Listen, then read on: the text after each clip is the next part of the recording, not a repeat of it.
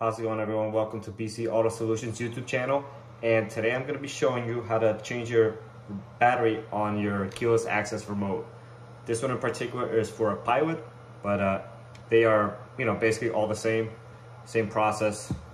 So real quick, when the battery is low, it'll warn you on the cluster, dashboard, whatever you want to call it. It'll say keyless access battery low or something along those lines.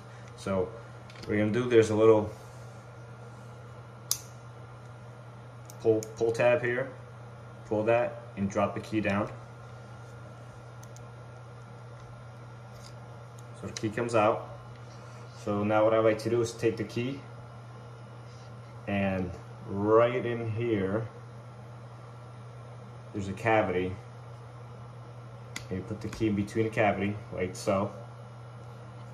Alright, let's flip it around here. And then you're just basically going to twist it,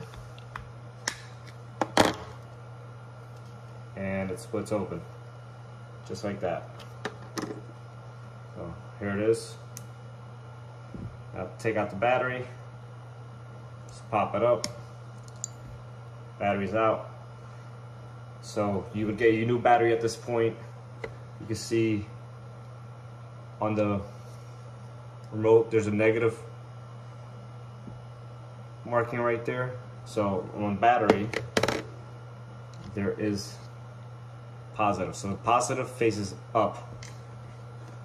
So the new battery, you would put it in like so.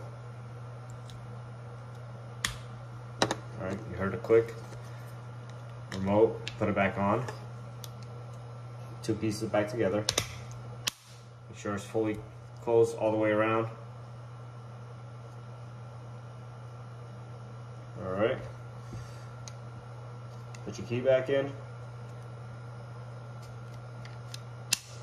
And then you're going to test it. Make sure you see the little indicator light up. At this point you should be good. Should be working. Make sure none of your buttons came out. If you mess around too much with it, the buttons could pop out. Alright guys, thanks for watching.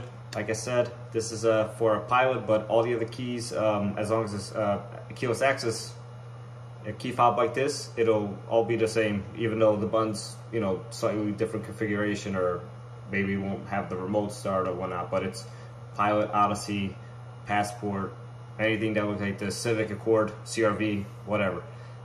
Thanks for watching. Don't forget to like the video, please, and hit the subscribe button and the notification bell as well.